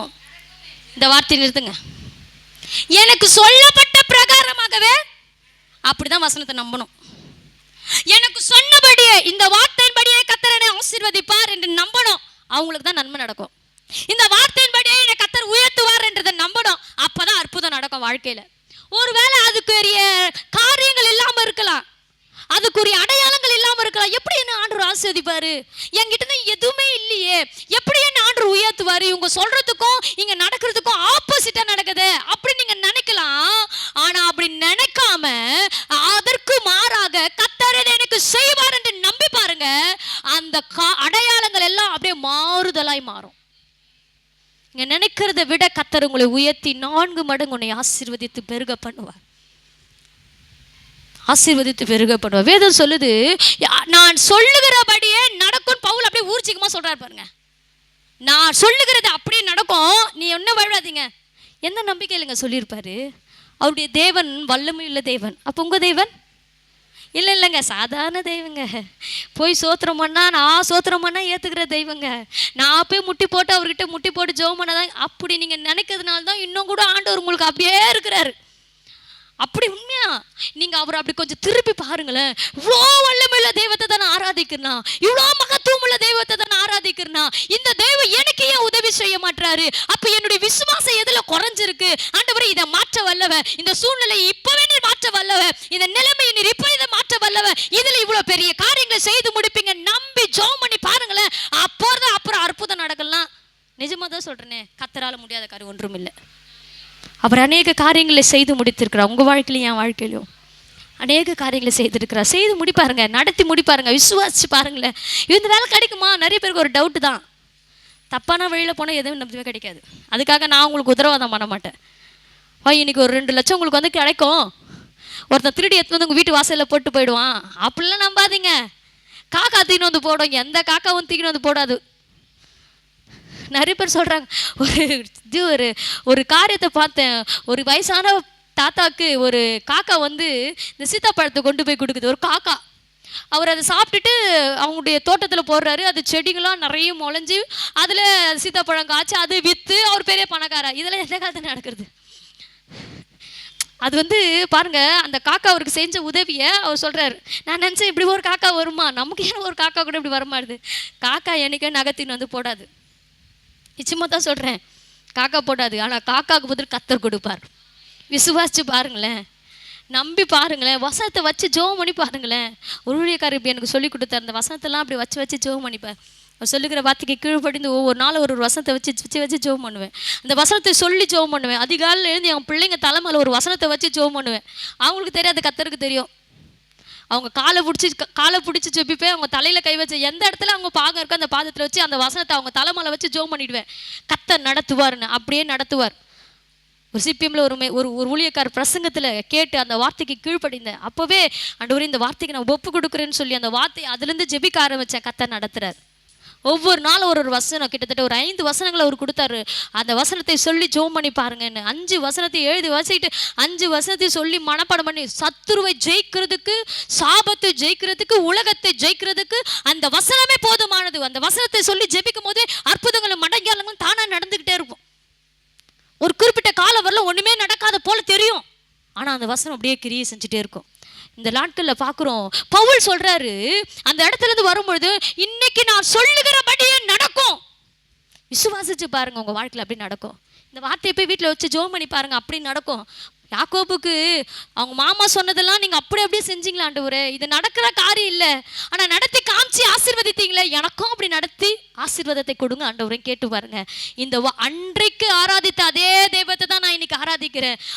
அந்த மனிதனுக்காக இயேசு ஜீவன் கொடுக்கல, நமக்காக இயேசு ஜீவன் கொடுத்திருக்கிறார். யாக்கோபுக்கு இயேசு மரிக்கல, உனக்காக எனக்காக இயேசு மரித்திருக்கிறார். யாக்கோபுக்காக இயேசு ஜீவன ரத்தத்தை சிந்தல, ஆனா உனக்காக எனக்காக ரத்தத்தை சிந்தி அவருடைய சொந்த ரத்தத்தினால விலை கொடுத்து வாங்கி இருக்கிறார். நம்மள அவரை விட நமக்கு அதிக உரிமை, அவங்களை விட நமக்கு அதிக உரிமை. சொந்த ரத்தத்தில் பிறந்த பிள்ளைகளுக்கு பாகம் கொடுப்பீங்களா, எடுத்து வளர்த்த பிள்ளைகளுக்கு பாகம் கொடுப்பீங்களா? சொல்லு பாருங்க. யாருன்னா என் பிள்ளை இது அப்படி ஒரு உரிமை ஒன்றும் கிடையாது. ஆனால் என் பிள்ளை பார்க்க கூட மாட்டான் வச்சுக்க, அவன் அப்போ கூட என் பிள்ளை, அவன் என்னை விட்டு தூரம் போனாலும் அவன் என் பிள்ளை. அந்த உரிமையை இயேசு பார்க்கிறவர். அப்படிதான் ஜெபிக்கணும். ஆண்டவரே, யாக்கோபுக்கு நீங்க அற்புதம் செய்வீங்கன்னா நான் ஆராதிக்கிற இயேசு எனக்கு நீர் நன்மை செய்ய வல்லவர் என்று சொல்லி ஜெபிக்கணும். கர்த்தர் பெரிய காரியங்களை செய்வார். பவுலுக்கு அப்படி ஆண்டவர் அற்புதம் செஞ்சார். பவுல் அங்கிருந்து கொண்டு வரும்போதோ அவங்க கடைசியா வந்து சேர்ந்த இடம் மெலிதா தீவு. தீவுல வந்துட்டாங்க. இப்போ அவங்க குளூர்ல அப்படியே கடல்ல விழுந்துட்டாங்க. விழுந்து எப்படி நீச்சல் அடிச்சு தேறி கீறி எங்க வந்து சேர்ந்தாங்க? 15 நாட்கள் இரவும் பகல் எதுனே தெரியாம இருந்துச்சு அவங்களுக்கு. சூரியன் வெளிச்சத்தை பார்க்கல, சாப்பிடல, தூங்கல. அலையின் மத்தியில அப்படிதான் பாஸ்டர் பண்ண, அலைமோது வாழ்வில் அலைமோது வாழ்வில் அலையாமல் செல்ல உன் கிருபை முன் செல்ல அருளு. பவுலுக்கு தான் அது. அலைமோதுற வாழ்வுல யாரும் கூட இல்லை. தப்பு வைக்கிற மாலுமி கூட இப்ப மாலுமியால எதையும் செய்ய முடியாது. கேப்டன் கூட வாரம் அதிகம் உட்காந்துக்கிறார் குளூர்ல, என்ன பண்ணுவோம் தெரியாம. தண்ணியில நீந்தி கொண்டு மெலிதா தீவுக்கு வரும்பொழுதோ அங்க வந்து மெலிதா தீவர் அன்போடு அவங்களை உபசரிச்சாங்களா. நல்லா பாருங்க, நிறைய தீவுல இருக்கிற ஜனங்க புதுசா ஒரு ஆள் வந்தா சேர்த்துக்க மாட்டாங்க. எத்தோட சுடலாமா சாவடிக்கலாமான்னு இருப்பாங்க. இந்த கேலண்டர் நீங்க பார்க்கும் பொழுதோ எலியட்டு ஒரு அடுத்த மாசம் வர நினைக்கிறேன். அந்த மனிதன் அப்படிதான் அந்த தீவார்கள் வந்து சுட்டு சாவச்சிட்டாங்களாம் பாருங்க. ஒரு ஊழியக்காரனை குடும்பமா எதிர்பார்த்துன்னு இருக்காங்களாம். நான் புருஷன் போய் திருப்பி வருவாருன்னு, போய் வரவே இல்லை. தேடி கண்டுபிடிச்ச அழுகிய நிலையில அந்த சடலத்தை கண்டுபிடிச்சான். அந்த மிஷினரிங்க அப்படி தியாகம் பண்ணி ஊழியம் செஞ்சிருக்கான். செத்துட்டார வீட்டுக்காரன்னு அந்த தீவை விட்டு அந்த பொண்டாட்டி வீட்டுக்கும் போலியாம். எங்க நான் யார் வீட்டை விட்டு போனாலும் தேவ ஊழியத்தை செய்வேன்னு சொல்லிட்டு அதே ஏரியாவில் அதே ஆதிவாசி மக்கள் மத்தியில் அநேக நாட்கள் ஊழியம் செய்து இயேசுவின் சுவிசேஷத்தை சொல்லி அவர்கள் வாழ்வாதாரத்தை உண்டாக்கி அவங்களுக்கு தேவையானதை சந்தித்து அதே இடத்துல ஜீவனை விட்டாங்களாம் அந்த லேடியோ. எவ்வளோ பெரிய தெய்வம் பாருங்க நம்முடைய தெய்வன். பவுல் அப்படித்தான் வந்தார் மெலிதா தீவுக்கு. மெலிதா தீவுக்கு வரும்போது ஜனங்கள் எல்லாம் அன்போடு உபசரித்தாங்க. உபசரித்தவங்க என்ன பண்ணாங்களா, இவங்களுக்கு குளிரா இருக்கே உடனே நெருப்பு மூட்டுக்கிடான்னு கடகடனை இருக்கிற எல்லா கட்டைங்களாம் பொறுக்கிட்டு வந்து நெருப்பு மூட்டும் போது பவுலும் ஓடி போய் என்ன பண்ணாராம், கட்டி எடுத்தாராம். எடுத்தும் போது ஒரு கட்டுவிரியான் பாம்பு அப்படியே கையை வந்து கவிச்சான். கட்டுவிரியான் கடிச்சு உயிரோடு இருந்தவங்க உண்டோ இல்லை. கட்டுவிரியான் வந்து ரொம்ப பயங்கர விஷம் நிறைந்த பூச்சி, பாம்பு. 6 மாதம் தலை அப்படியும் 6 மாதம் தலை இப்படி தானே இருக்கும். கரெக்டா நான் சொல்கிறது? தெரியாதா? அப்படியே என்னென்ன பெருமிச்சு பார்க்குறீங்களே. உண்மைதான், அப்படி தான் சொல்லுவாங்களே. கட்டுவிரியான் பாம்புக்கு தான் சொல்லுவாங்க, மண்ணூலியம் பாம்புக்கு சொல்லுவாங்களா? சரி, ஆனால் தான் சொல்லுங்கள், தெரியலன்னா கற்றுக்கலாம், ஒன்றும் பிரச்சனை இல்லை. ஆனால் கவனிங்க, இந்த கட்டுவிரியான் பாம்பு போய் கையை கவிச்சோனையும் அந்த தீவில் இருக்கிறப்பா அடா பாவி ரொம்ப துர்திருஷ்டசாலி. அவங்களுடைய பார்வை எப்படி இருந்துச்சா, அவ்வளோதான். இவ்வளோ தூரம் 15 நாள் கடலில் கஷ்டப்பட்டு வந்து கூட அவனுக்கு உயிருக்கு கிடைக்கல. நம்ம என்ன சொல்லுவோம், இவன் துர்திருஷ்டசாலிடா, இவன் அதிர்ஷ்டத்தை இழந்துட்டான்டா, இவ்வளோ தூரம் தப்பி வந்து கூட இங்கே வந்து மாட்டிக்கினானே இந்த பாம்பு கிட்ட. நீங்களும் அப்படி தான் நினைப்பீங்க, நானும் அப்படி நினைக்க. மெலிதா தீவாரம் அப்படி தான் நினச்சாங்க. ஆனால் என்ன நடந்து தெரியுமா, தேவன் தம்முடைய வல்லமையை காண்பித்தார். அந்த ஜனங்க இவனுக்கு தீங்கு வருமான்னு பார்த்துக்கிட்டே இருந்தாங்களாம். இப்ப செத்துருவாரு பவுல், அவர் சாவே இல்லையா பாருங்க. அவர் பாட்டு தெம்பா உட்காந்து இருக்கிறாராம். இப்ப அந்த ஜனங்க பார்த்தாங்களா, இவன் பாம்பு கட்சி கூட சாவலையே, நம்மளாம் எதிர்பார்க்கிறோம் இவன் சாவ போறான்ட்டு, ஆனா இவன் சாவமா உட்காந்து இருக்கிறானே. சொன்னாராம் பவுல், நான் ஆராதிக்கிற தேவன் பெரியவர். பாம்பு இல்லை, விஷம் குடிச்சாகணும் நமக்கு ஒன்றே ஆகாது. அதுக்குன்ட்டு குடிச்சு சாகணும்னு நினச்சி குடிச்சா கட்டாயமா செத்துருவேன். அதெல்லாம் யாராலையும் மாற்ற முடியாது. ஆண்டவரே நான் இப்போ சாவ போறேன், நான் காப்பாற்ற மாட்டாரு. செத்துட்டா நரகத்துக்கு தான் ஸ்ட்ரெயிட்டா அப்படின்னு சொல்லுவாங்க பார்த்தீங்களா. எந்த விதமான ரூட் கிளியரா இருக்கணும்னா, நீங்க தானாய் சாக நினைச்சீங்கன்னா ஸ்ட்ரெயிட்டா நரகம் தான். அங்கே மன்னிப்பும் இல்லை, அங்கே மறுபடியும் வாழ்வும் இல்லை. பூமியில் இருக்கிற மனுஷனுக்கு மட்டும்தான் மன்னிப்பு, மறப்பு, ஆண்டவர் இரக்கத்தை காண்பிப்பார். செத்துட்ட பிறகு எதுவுமே கிடையாது. அதனால நல்லா தெரிஞ்சுக்கொள்ளுங்க, தவறான முடிவை எடுத்துடாதீங்க. இந்த பாம்பு ஒருவேளை ஏதோ ஒரு பாம்பு தெரியாம கடிச்சிச்சுன்னா கத்த ஜீவனை கொடுப்பார். ஜெபம் பண்ணா அதை நடத்துவார், காப்பாற்றுவார். அவரால் முடியும். அது கூட யாரை காப்பாற்ற? நமக்கு சித்தமானவர்களே. எல்லாரையும் நினச்சிடக்கூடாது. அதனால் இன்னைக்கு எது வந்தாலும் எனக்கு எது வந்தாலும் ஒன்றே ஆகாது அப்படின்னு சொல்லிட்டு பண்ணிட்டீங்கன்னா உங்கள் இஷ்டத்துக்கு அவர் பாட்டுன்னு அமைதியாக இருப்பார். நீங்கள் நல்லா தெரிந்து கொள்ள வேண்டும். அந்த பாம்பு கடிச்சிச்சு, அங்கே இருக்கிற தீவெல்லாம் நினச்சாங்களாம் அவ்வளோதான், பவுல் வாழ்க்கை அவ்வளோதான், இவ்வளோ தூரம் பழிச்சு வந்து இங்கே வந்து செத்துட்டாரே அப்படின்னு பார்த்துக்கிட்டே இருக்கும் போதோ அவருக்கு ஒரு தீங்கும் வரல. வேதம் சொல்லுது, உங்களுக்கு தீங்கு செய்யும்படி பூச்சிக்கு கூட இடம் கொடுக்க மாட்டார் ஆண்டவர். ஒரு பாம்புக்கு கூட இடம் கொடுக்க மாட்டார். ஒரு மனுஷனையே விட்டு வைக்கல ஆண்டவர், ஒரு பூச்சியும் ஒரு துருவமையா நமக்கு எதிராக நிற்க வைப்பாரு. நம்ம ஆராதிக்கிற தேவன் வல்லமையுள்ள தேவன். விஷமே இருந்தாலும் அதை முறிய பண்ண அவரால் முடியும். விசுவாசிக்கிறவனுக்கு எல்லாம் கூடுங்க. விசுவாசி பாருங்க. ஒருவேளை இந்த காரியத்தில் நிறைய பேர் சொல்லுவாங்க, ஐயோ செத்துட்டா அந்த கடன் பிரச்சனை முடிஞ்சிருமே. செத்துட்டா கடன் பிரச்சனை முடியாதுங்க, பூமியில் இருக்கிறவங்க மட்டும் தான். கடந்த நாட்டில் ஒரு பையன் செத்துட்டான். சாவு வந்து இப்படி இறக்கத்தில் போனோமா இல்லை சுற்றிட்டு போனோமான்ட்டு பசங்க நின்று சண்டை போடுறானுங்க. இறக்கத்தில் தான் போனோம் ஒரு கூட்டம் சொல்லுது, இப்படி தான் சுற்றிட்டு போனேன் என் ஃப்ரெண்டுன்ட்டு ஒரு கூட்டம் சொல்லுது. சுற்றிட்டு ஏன்டா போனோம், அவன் எனக்கு 5 லட்சம் கடன் தரணும்டா. அவனுங்க சண்டை போட்டுக்கிறானு. செத்து போனவனுக்காக இவன் எனக்கு 5 லட்சம் கடன் தட்டா, செத்து போயிட்டான், இனிமேல் எப்படி அவனுக்கு 5 லட்சம் கடன் கொடுப்பான். ஒரு கூட்டம் ஒரே சிரிப்பாக இருந்துச்சு எனக்கு. யோசிச்சு, அடா பாவி, செத்து போனவன் போயிட்டான், குடும்பமே கஷ்டப்படுது, இவனுங்க இங்கே 5 லட்சம் கொடுக்கலாம் சண்டை போட்டுக்கிறானுங்களே. அப்படி யோசிச்ச, கடன்காரனா செத்துட்டான் அவன், கடனுக்காக சாவும் கூடாதுன்ற. உன் கடனை மாற்ற இயேசு வல்லவர். ஒரு காலகட்டத்தில் கடன்னு பிரச்சனையில் குடும்பமாய் சாவ வேண்டும்னு நினைத்த குடும்பம் தான் நாங்கள். சாட்சி எங்கள் நம்ம பாஸ்டர் தான். 12 நாள் எங்கள் அப்பா கன்வென்ஷன் கூட்ட வச்சுட்டாரு. 12 நாள் ஸ்டார்ட் பண்ணுவோமே கடன்காரங்க வந்துட்டாங்க. அதுக்கு முன்னாடி கடன் இருக்குன்னு எங்களுக்கும் தெரியாது. நாங்கள் கடன், உண்மையே சொல்லுகிறேன், என் தகப்பனுக்கும் அந்த பழக்கம் இல்லை, எனக்கும் அந்த கடன் வாங்குற பழக்கம் கிடையாது. கடன் வாங்க எனக்கு பிடிக்காது. ஆனால் எங்களுடைய தாயை ஏமாற்றிட்டாங்க. அது போல் பெரிய கடன் சுமையில். அந்த நாட்களில் 1 லட்ச ரூபாய் அதிகம் தானே. ஒரு 30-35 வருஷத்துக்கு முன்னாடி நெருக்குறாங்க. 12 நாள் கூட்டமாக நடக்குது, வீட்டில் சண்டையாக நடக்குது. காலிலிருந்து அடி எங்கள் அம்மாவுக்கு. எங்கள் அம்மா பாவானா அந்த நாட்களில் அடி. ஜோம் பண்ணுவேன், எசப்பா யாரோ வந்து எங்கள் அப்பா காப்பாற்றினேன், எங்கள் அப்பாவுக்கு எங்கள் அம்மாவை காப்பாற்றினு ஜோம் பண்ணுவேன். அந்த நேரத்தில் யாராவது ஒரு ஊழியக்காரர் வந்து எங்கள் அப்பா கூப்பிட்டு போயிடுவாங்க. நிறைய வாட்டி அதுமாதிரி தப்பித்துக்கொள்ள கத்தர் உதவி செஞ்சுருக்கிறார்.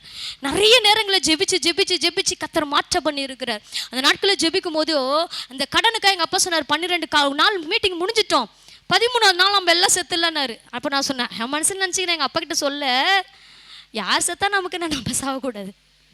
உண்மையே சொல்கிறேங்க, நான் நினச்சிருக்கிறேன். இதுக்காக செத்துட்டு நம்ம ஏன் நரகத்தில் போய் சாகணும்? இன்னைக்கு இல்லைன்னா நாளைக்கு ஆண்டவன் என் கடனை மாற்ற வல்லவர். இன்னைக்கு இல்ல நாளைக்கு என் தேவனை சுமக்க வல்லவர். இன்னைக்கு இல்ல நாளைக்கு என் தேவனை காப்பாற்ற வல்லவர். நான் ஏன் இந்த சாதாரண கடனுக்காக சாகணும் அப்படின்னு நினைத்த நாட்கள் உண்டு. ஆனா ஜெபித்தோம், கத்தர் மாற பண்ணினார் பிரச்சனைகளை. எப்படி கடன் கொடுத்தனே தெரியாது, எப்படி மாறுச்சுன்னே தெரியாது. எந்த மனிதர்கள் எங்களுக்கு முன்பதாக வந்து அவமானப்படுத்தினார்களோ இன்னைக்கு ஒருவரும் எங்க தெருவில் இல்லை. எல்லாரும் எங்க ஓடினாங்கன்னு தெரியாது. அவங்க கடை வாங்கிட்டு ஓட்டாங்க. ஆனா கத்தர் அதே இடத்துல நிலைக்க பண்ணி ஊழியம் செய்ய வச்சிருக்கிறார். கத்தர் பெரியவர். கடனுக்காக சாவாத, கடனை மாற்ற வல்லவரை நோக்கி பாரு. கடனை மாற்றுகிற தேவாதி தேவனுடைய வல்லமையை பாரு. கடனுக்காக சாவுன்ற முடிவோடு கூட நீங்க வந்திருந்தீங்கன்னா, ஒருவேளை கத்துறது யாருக்கு பேசுறான்னு தெரியல, இன்னைக்கு உன் முடிவை மாத்திக்கோ. கடனால நீ சொத்துட்டனா நரகத்துல போய் ஒவ்வொரு நாளும் நீ துக்கப்படணும். நரகத்தின் வாழ்க்கைக்கு முடிவு இல்லைங்க, உண்மையே சொல்லுகிறேன். இல்லை, அதுக்கு முடிவே இல்லை. அங்க ஒரு மன்னிப்பும் கிடையாது. மறுபடியும் அங்க வந்து ஏந்து வரலாமா? இல்லை. ஆனா இங்க கத்தர் அதை மாற்ற வல்லவர். 10 வருஷம் ஆனாலும் அதை மாற்ற வல்லவர். அதை மாறுகிற கிருபையை தருவார். ஒருவேளை அசிங்கப்பட்டாலும் வேதனைப்பட்டாலும் கத்தர் அங்கே உன்னை நிலைநிறுத்த வல்லவர். அவருடைய வல்லமையை மட்டும் நோக்கி பாரு. அவரால் செய்ய முடியும், அவரால் நடத்த முடியும், அவரால் உன்னை காப்பாற்ற முடியும். அப்படிதான் ஆண்டவர் பவுலை காப்பாற்றினார். எல்லாரும் செத்துருவாங்கன்னு நினைச்சாங்க, அவர் அப்படியே இருந்தார். அப்ப சொல்றோம், இவர் கடவுள்டா. உடனே பேர் வச்சிட்டானுங்க. அந்த வசனத்தை மட்டும் வாசிங்களேன்.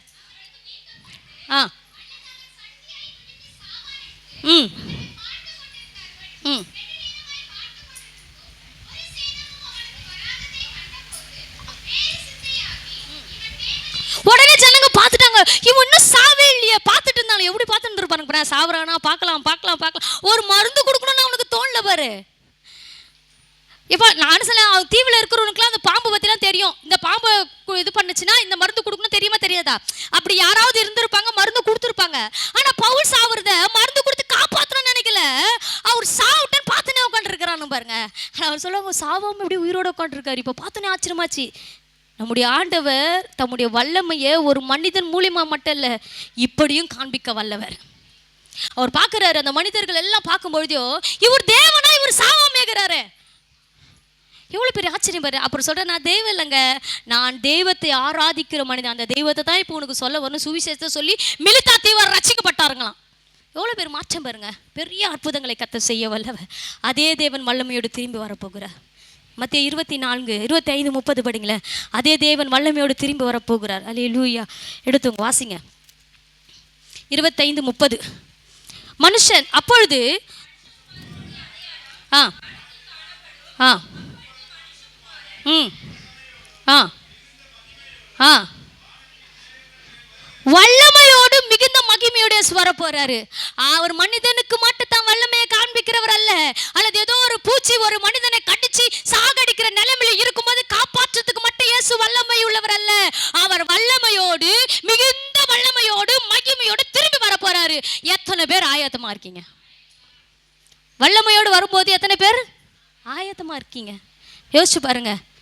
ஒரே ஒரு சம்பவத்தை மட்டும், இயேசு வரப்போகிறார். அவருடைய வல்லமையை பார்த்து அவரோடு எடுத்துக்கலாம். இந்த உலகத்தில் நம்ம நடக்கிற வாழ்க்கை தான் பரலோக ராஜ்யத்தில் நம்மளை நியாயம் தீர்க்கும். தம்பி, அந்த கொஞ்சம் வீடியோ போடுப்பா.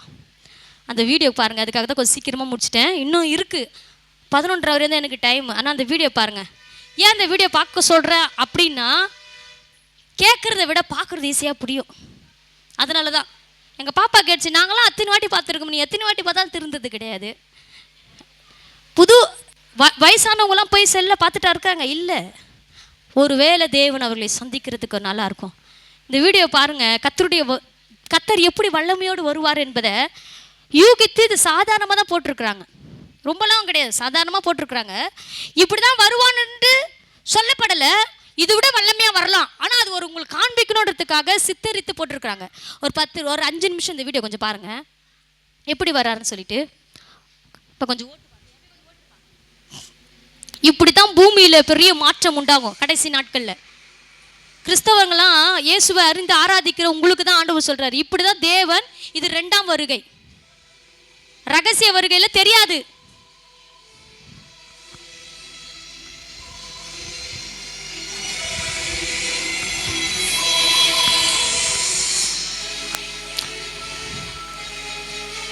வசனம் சொல்லுது, இயேசு ஆரவாரத்தோடு மிகுந்த வல்லமையோடு மகிமையோடு இப்படி வரும்பொழுது, இதுதான் இயேசு கிடையாது. இந்த பொம்மை மனுஷனை பார்த்து நினச்சிட போறீங்க. ஏன்னா கொஞ்சம் ஏடா குடமாக புரிஞ்சுப்பீங்க, அதெல்லாம் சொல்கிறேன். அப்படி வரும்பொழுது பூமியின் கோத்தரத்தார் கண்டு புலம்புவாங்களாம்.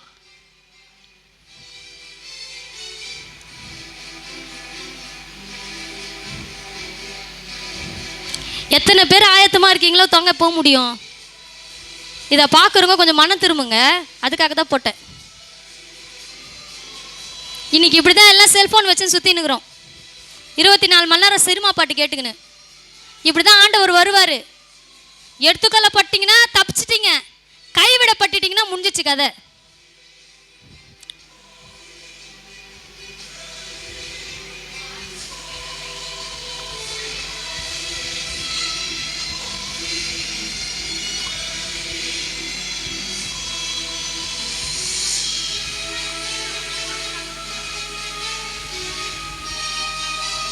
இது 2ஆம் வருகை, ரகசிய வருகை இல்லை.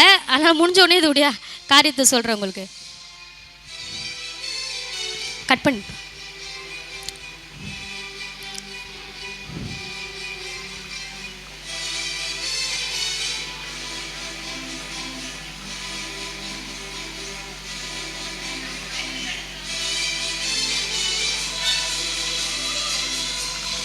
ஆண்டவருக்கு நேரம் கொடுக்காம கிரிக்கெட் ஆடுறவங்களுக்குலாம் இதுதான் கதை. பார்த்துக்குங்க. இப்படி தான் நின்று பார்க்கணும், ஆண்டவருக்குள்ளே போக மாட்டீங்க.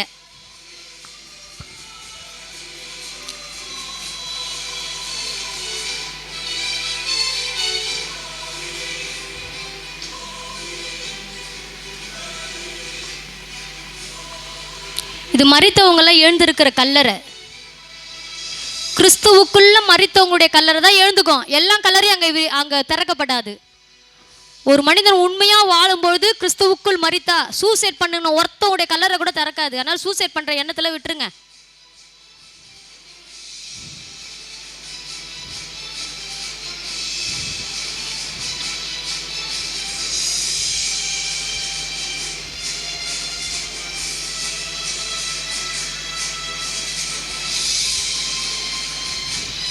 1 தெசலோனிக்கர் 5 சொல்லப்பட்டது, மரித்தவர்கள் முதலாவது எழுந்திருப்பாங்க, பின்புதான் உயிரோடு இருக்கிற நாம போவோம்னு சொல்லப்பட்டுக்குது.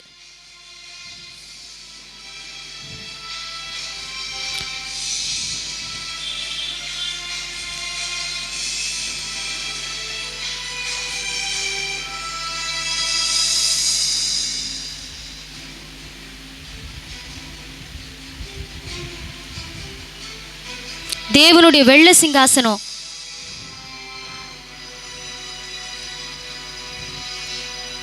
ஜீவ புஸ்தகம், ஞாபக புஸ்தகம், எல்லா புஸ்தகத்திலையும் முதல்ல ஜீவ புஸ்தகத்தில் பேர் இருந்தால் தான் ராஜ்யத்துக்கு போக முடியும். பூமியில் இருக்கிற ஒரு ஜனமும் தப்பிக்க முடியாது. எல்லாருக்குமே இந்த வெள்ளை சிங்காசன நியாய தீர்ப்பு உண்டு.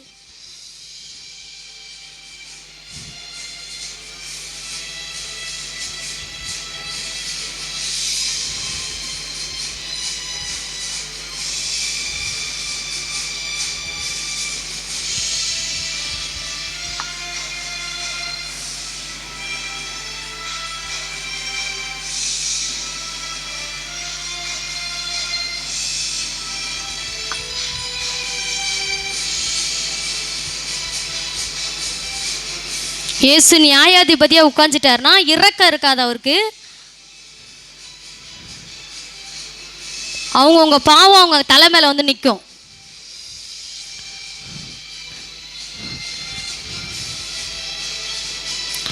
இவனுடைய உலக வாழ்க்கையை இப்ப படம் போட்டு ஆண்டவர் காமிக்கிறார். இவங்க தீயிட்டு கொளுத்தி செத்துட்டாங்க, தவறான வழியில நடந்தாங்க, ஆண்டவர் அவங்கள நரகத்துக்கு தள்ளுறாரு. இந்த பூமியில நீங்க செய்யற ஒவ்வொரு பாவமும் மறைக்கப்பட்டு நினைக்காதீங்க, இதெல்லாம் நியாய தீர்ப்புல நிற்கும். குடிக்காருங்க, பணத்தை வீணா செலவழிக்கிறவங்க, தவறான வழியில வாழ்றவங்களுக்குலாம் இதுதான் முடிவு என்பதை ஆண்டவர் காண்பிக்கிறாரு. ஆனா இந்த இடத்துல வந்து சித்தரிக்கப்பட்ட படம் இப்படியே நினைச்சிடாதீங்க.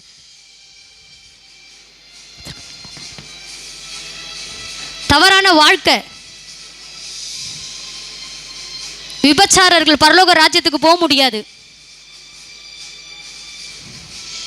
ஒரு மனைவியோடு வாழ்கிறவன் மட்டும்தான் பரலோக ராஜ்யத்துக்கு போக முடியும். மனைவியை விட்டு 2வது மனைவியோடு கூட வாழ்றவன் பரலோக ராஜ்யத்தில் இடம் கிடையாது. எரிகிற அக்கினி ஜுவாலை தான் உங்களுடைய வாழ்க்கை. லஞ்சம் வாங்குறவும் பரலோகத்துக்கு போக முடியாது. இதுவரையிலும் வாங்கியிருந்தீங்கன்னா இனிமேல் வாங்காதீங்க.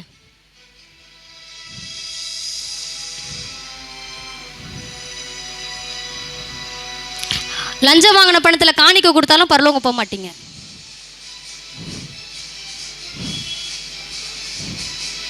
விக்கிரக ஆராதனைக்காரர்கள், தேவனை விட்டு விக்கிரக ஆராதனை பண்றவனும் பரலோக ராஜ்யத்துக்கு போக முடியாது. செல வழிபாடு இருக்கிற எந்த மனிதனாலும் தேவனுடைய ராஜ்யத்தில் அலௌட் இல்லை. ஆயிரமா கோடி கோடியான ஜனங்க நரகத்தில் விழுறாங்க பாருங்க. இன்னைக்கு தேசம் இப்படி அழிவுக்கு நேராய் கடந்து கொண்டு போகுது. கர்த்தராகிய இயேசு கிறிஸ்துவை அறிந்து அவரை ஏற்றுக்கொண்டு உண்மையாய் வாழுகிறவர்களுக்கு நித்திய ஜீவன் உண்டு. இப்படி ஒரு நெருப்பு, இது சாதாரணமானது, இது கூட பயங்கரமானது. அங்க அழுகையும் பற்கடிப்பும் வேதனையும் துக்கமும், ஒவ்வொரு நாளும் கண்ணீரும் கவலையும். புழுக்கள் சாகாதங்க, அக்கினி அவியாதுன்ற வேதம் சொல்லுது. கர்த்தராகிய இயேசு கிறிஸ்துவை நம்புங்க, அவர் ஒருவருக்காக வாழுங்க, அவரை ஏற்றுக்கொண்டு அவருக்காக பரிசுத்தமா ஜீவிங்க. ஜீவ புஸ்தகத்துல பேர் எழுதப்பட்டுள்ள லிஸ்ட் பாருங்க. இப்ப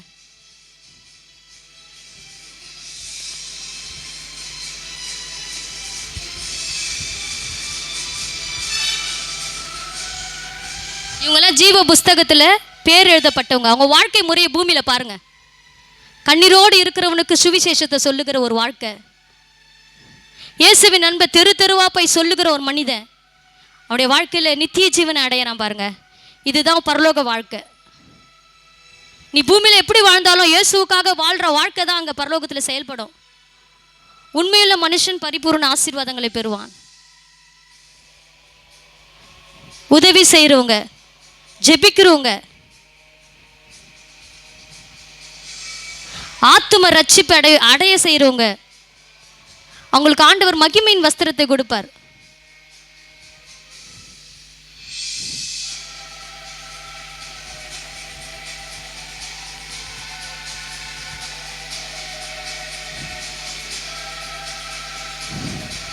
பசி உள்ளவனுக்கு ஆகாரம் கொடுக்கணும்.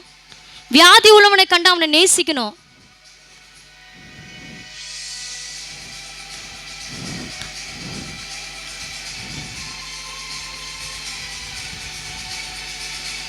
சுவிசேஷ பாரத்தோடு கூட அநேகருக்கு ஊழியம் செய்யணும்.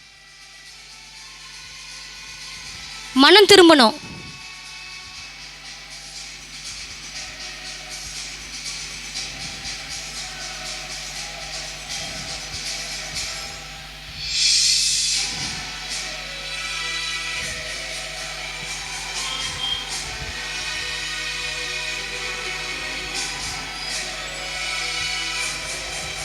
இயேசுவுக்காக ஜீவனை கொடுத்த ஒரு மனிதனுடைய வாழ்க்கை அது.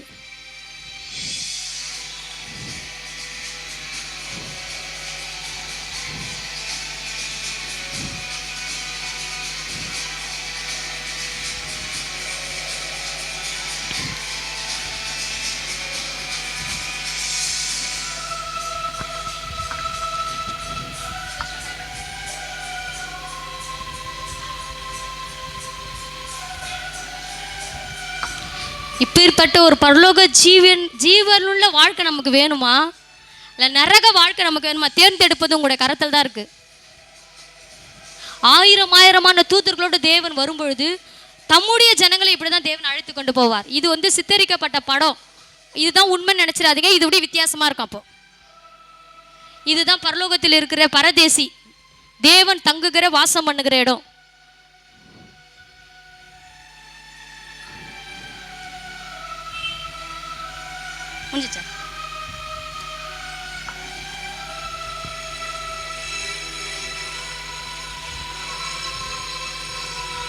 பரலோகத்தில் வீடுலாம் இருக்குதே. பரவலேசா நமக்கு டைல்ஸ் போட்டு வீடு கட்டி வச்சிருப்பாரு.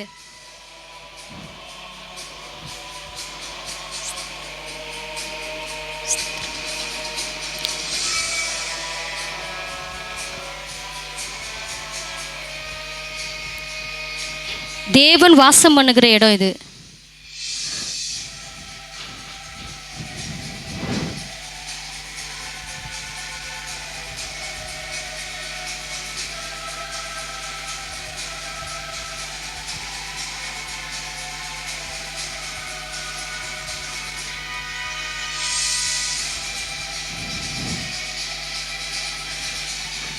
இது பரலோக வாழ்க்கை.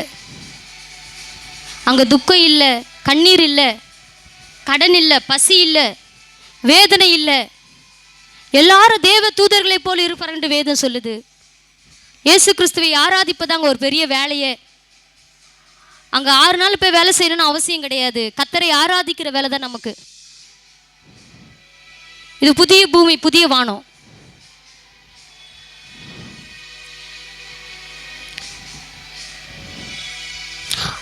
வருட அரசாட்சி முஞ்ச பிறகு, நியாய தீர்ப்பு முஞ்ச பிறகு இந்த ஒரு வாழ்க்கையை தேவன் இருக்கிற ஜனங்களுக்கு கட்டளை கொடுப்பார்.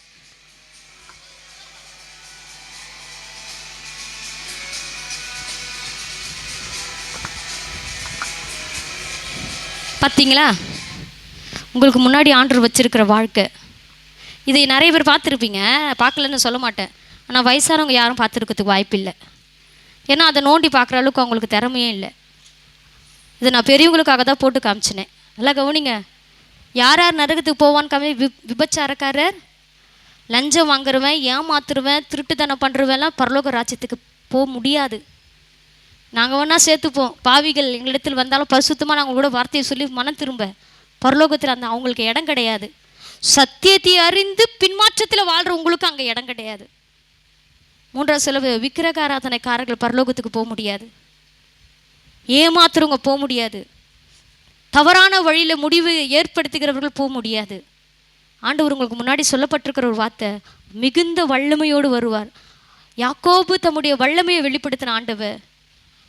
அங்கே தேவன் தம்முடைய வல்லமையினாலே அதிசயமாய் ஆசீர்வதித்த ஆண்டவர். பவுலை தம்முடைய வல்லமையினாலே உயிர்ப்பித்த ஆண்டவர் வல்லமையோடு கூட திரும்பி வரப்போறாரு. அதிசீக்கிரம் வரப்போறாரு.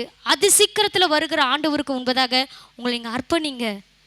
ஏற்றுக்கொள்ளப்படுவதற்கு தேவனுடைய சமூகத்தில் காத்துருங்க. ஜெபிக்கிறவங்க தாங்க பரலோக ராஜ்யத்துக்கு போக முடியும். நீங்கள் அநேகர் இன்றைக்கி ஜெப வாழ்க்கையை வேஸ்ட்டாக நினைக்கிறீங்க. ஜெபிக்கிறவங்களா இருக்கணும், உபவாசத்தை ஜெபிக்கிறவங்களா இருக்கணும், வேத வாசிக்கிறவங்களா இருக்கணும், நன்மை செய்கிறவங்களா இருக்கணும். சுவிசேஷம் பாரமுடையவர்களா இருக்கணும், இயேசுவுக்காக மரிக்கவும் துணிணும். அந்த மனிதனுக்கு தான் பரலோக ராஜ்யம். நீங்க எப்படி வாழ்றீங்க? உங்க மனசு நீங்க நினைச்சுப்பாரு, நான் எப்படி வாழ்றேன்? இந்த 2 நபர்களுக்குள்ள நீங்க எப்படி வாழ்றீங்கன்னு யோசிச்சு பாருங்களேன். ஒரு சிலது இதுல இருக்கும், ஒரு சிலது அதுல இருக்கும். 2த்துலயும் இருந்தாலும் 2மே சொல்லுவாங்க பார்த்தீங்களா, இருமனம் உள்ளவன் தன் வழியில் நிலையற்றுவன். ஒரே ஒரு கிணத்துலேருந்து கசப்பான தண்ணீரும் தித்திப்பான தண்ணீரும் வராது. ஏதாகிலும் ஒன்றை தான் கத்தர் விரும்புவார். மனம் திரும்புங்க, கத்தர் உங்களை ஆசீர்வதிப்பார். கிறிஸ்தவன்ற பேர் மட்டும் நமக்கு முக்கியம் இல்லை, கிறிஸ்துவை உடையவர்களாய் வாழுவோம். கத்தர் நம்மை ஆசீர்வதிப்பார். நம்ம எல்லாம் கண்களை மூடி ஹல்லேலூயா, நன்றி ஆண்டவரே, நன்றி ஆண்டவரே. இந்த வார்த்தையின்படி மிகுந்த வல்லமையோடு கூட நீங்கள் திரும்பி வரப்போறீங்கப்பா. ஆண்டவரே உம்மை ஸ்தோத்திரம். அந்த நாட்களை நாங்கள் எடுத்துக்கொள்ளப்படுவதற்கு ஆண்டவரே ஸ்தோத்திரம். 1000 தூதர்களோடு கூட நாங்களும் ஆண்டவரே எடுத்துக்கொள்ளப்படுவதற்கு ஆண்டவரே உம்முடைய நியாய தீர்ப்பில் ஆண்டவரே நாங்கள் செய்த எல்லாமே வெளிப்படுத்த போறீங்க. நாங்கள் உண்மையிலோர்களாய் வாழ எங்களுக்கு உதவி செய்யுங்க ஆண்டவரே. பா நரக வாழ்க்கையில் எங்களுக்கு வேணாப்பா ஆண்டவரே, எங்கள் ஜீவியத்தை மாற்றிக்கொள்ள இன்னைக்கு நான் என்னை ஒப்பு கொடுக்குறேன்னு சொல்லுங்க ஆண்டவர்கிட்ட. என்னை ஒப்பு கொடுக்குறேன் ஏசப்பா. ஆண்டவரே நான் இனியும் விக்கிரகாராதனை பண்ண மாட்டேன், தவறான வழியில் நான் போக மாட்டேன் ஆண்டவரே. தேவனுக்குரிய நேரத்தை கொடுப்பேன், நான் பரிசுத்தமாய் வாழுவேன் ஆண்டவரே. விளையாட்டு முக்கியம், நான் போய் ஆண்டவரே என் நேரத்தை வேஸ்ட் பண்ண மாட்டேன் ஆண்டவரே. கொடுத்த நேரத்தில் ஊழியம் செய்வேன் ஆண்டவரே. நாட்களை நான் உமக்காக பிரோஜனப்படுத்துவேன், உமக்காக வாழ்வேன், உமக்காக ஆண்டவரே நான் எதையாகில செய்ய என்னை அர்ப்பணிக்கிறேன். தெய்வ சமூகத்தில் உங்களை அர்ப்பணித்து பாருங்க. கர்த்தர் தேவையை சந்திக்க வல்லவரா இருக்கிறார், உன்னை நடத்த வல்லவரா இருக்கிறார். ஓ, இந்த உலக வாழ்க்கைக்கு ஒரு முடிவுண்டு, ஆனா பரலோக ராஜ்யத்துக்கு முடிவில்லை. அது ஒரு நாளும் அழிந்து போகாத வாழ்க்கை. நாம் வாழ்கிற வாழ்க்கை ஒரு நாள் முடிந்து போய்கிடும், ஆனால் பரலோகத்தில் வாழ்கிற வாழ்க்கை முடியாது. இந்த பரலோக ராஜ்யத்தில் வாழ்வதற்கு உன்னை தேவன் அழைக்கிறார். நான் என்ன செய்யணும் நீங்கள் நினச்சிங்கன்னா, இயேசுவுக்காக உங்களை ஒப்புக்கொடுங்க. ஒரு மகளை பார்த்துமே சுவிசேஷத்தை கேட்ட பிறகு போய் தன்னுடைய தேவ சமூகத்தில் உட்கார்ந்து மன்னிப்பு கேட்டு இயேசுவுக்காக தன்னை மாற பண்ணுகிற அந்த பிள்ளைனுடைய வாழ்க்கையில் பரலோக ராஜ்யத்தில் இடம் உண்டாச்சு. உங்கள் வாழ்க்கையை இயேசுவுக்காக அர்ப்பணிங்க. என்னை நான் அர்ப்பணிக்கிறேன் ஆண்டவரே. இதுவரை பாவத்தில் வாழ்ந்துட்டு தவறான வழியில வாழ்ந்துட்டேன் ஆண்டவரே, இதெல்லாம் இன்னும் தெரியாம வாழ்ந்துட்டேன், ஆனா இப்போது தெரிந்து கொண்டு இருக்கிறேன். நீர் இன்றைக்கு அற்புதம் செய்கிற ஆண்டவர், நீர் வல்லமையோடு ஆண்டவரே ஸ்தோத்திரம் ஆண்டவரே. நீர் செய்கிற அதிசயங்களை நாங்கள் பார்த்தோம், உம்முடைய வல்லமையை நீர் மனிதர்கள் மூலமாய் செய்கிற அற்புதங்களை நாங்கள் பார்த்தோம். ஆனா நீங்க வல்லமையோடு வர போறீங்களா ஆண்டவரே, அதற்காக நான் காத்திருக்கிறேன், அதற்காக நான் ஆயத்தப்படுகிறேன். என்ன மாத்திரம் இல்ல, என் குடும்பத்தை நீங்க ஆதாயமாக்குங்க ஆண்டவரே, என் பிள்ளைகளை ஆதாயமாக்குங்க ஆண்டவரே, என்னோடு கூட பிறந்தவங்களை ஆதாயமாக்குங்க ஆண்டவரே. ஒருவர் ஆகிலும் அந்த எரிகிற நரகத்துக்கு தள்ளி போகாதபடி ஆண்டவரே அதிலிருந்து காப்பாற்றுங்க ஆண்டவரே. நாங்கள் திறப்பில் இந்த தேசத்தின் ஜனங்களுக்காக ஜெபிக்கிறவங்களை எங்களை மாற்றுங்க ஆண்டவரே. கேளுங்க, கர்த்தர் உங்களை நடத்துவார், ஆசீர்வதிப்பார், உங்களை உயர்த்துவார். தீங்கு செய்யும்படி ஒருவனுக்கு தேவன் இடம் கொடுக்க மாட்டார். உனக்கு விரோதமாய் தீங்கு செய்யணும்னு நினைச்சா கர்த்தர் அதை ஆசீர்வாதமாய் மாற்றுவார். நீ நம்புகிற தேவனாலே ஆகும், நீ விசுவாசிக்கிற வார்த்தையின்படியே உனக்கு செய்யப்படும். நீ நம்புகிறதை உனக்கு கர்த்தர் செய்து நடத்துவார். கர்த்தரை ஆராதி, கர்த்தரை தேடு. உலக வழிபாடுகளுக்கு, உலக ஆசைகளுக்கு, உலக சிற்றின்பங்களுக்கு உன்னை விட்டு விலகு. அதெல்லாம் ஒரு நாள் அழியக்கூடியது. அழியாத பரலோகத்தை பெற்றுக்கொள்ள இயேசுக்காக உன்னை அர்ப்பணி. இயேசு உன்னை ஆசீர்வதித்து நடத்தும். அந்த வார்த்தையின்படியே என்னை என் ஜனத்தை நடத்தும். நாங்கள் உண்மையா வாழணும்பா, உதவி செய்யுங்க. இயேசுவின் மூலம் ஜெபம் கேளும் நல்ல பிதாவே. ஆமென்.